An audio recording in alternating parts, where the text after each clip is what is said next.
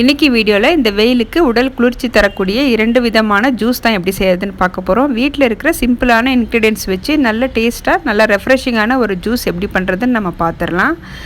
First ஒரு வெள்ளரிக்காய் எடுத்திருக்கேன். அந்த தோல் சீவிட்டு சின்ன பீஸாக கட் பண்ணி ஒரு மிக்ஸி ஜாரில் சேர்த்துக்கலாம். ஒரு சின்ன துண்டளவுக்கு இஞ்சி சேர்த்துக்கலாங்க.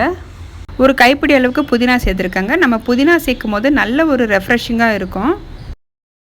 அரை லெமன் பிழிஞ்சிட்டு 1/4 டீஸ்பூன் அளவுக்கு உப்பு சேர்த்துக்கிறேன்.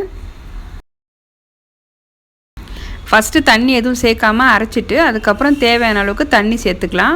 இந்த ஜூஸ் பார்த்திங்கன்னா வடிகட்டாமல் அப்படியே கூட குடிக்கலாம். நான் ஃபில்டர் பண்ணி சேர்த்துக்கிறேன்.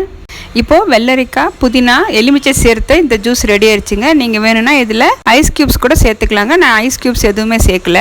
இந்த ஜூஸ் பார்த்திங்கன்னா குடிக்கிறதுக்கு நல்ல டேஸ்ட்டாகவும் இருக்கும். இந்த வெயிலுக்கு நமக்கு அதிகமாக தாகமும் எடுக்காதுங்க. இப்போது அடுத்த ஜூஸ் எப்படி பண்ணுறதுன்னு பார்க்கலாம். இப்போ இந்த ஜூஸ் பார்த்திங்கன்னா புதினா, எலுமிச்சை, சப்ஜா சீட்ஸ் சேர்த்து செய்கிறதுங்க. இது ரொம்ப டேஸ்ட்டாக இருக்கும்.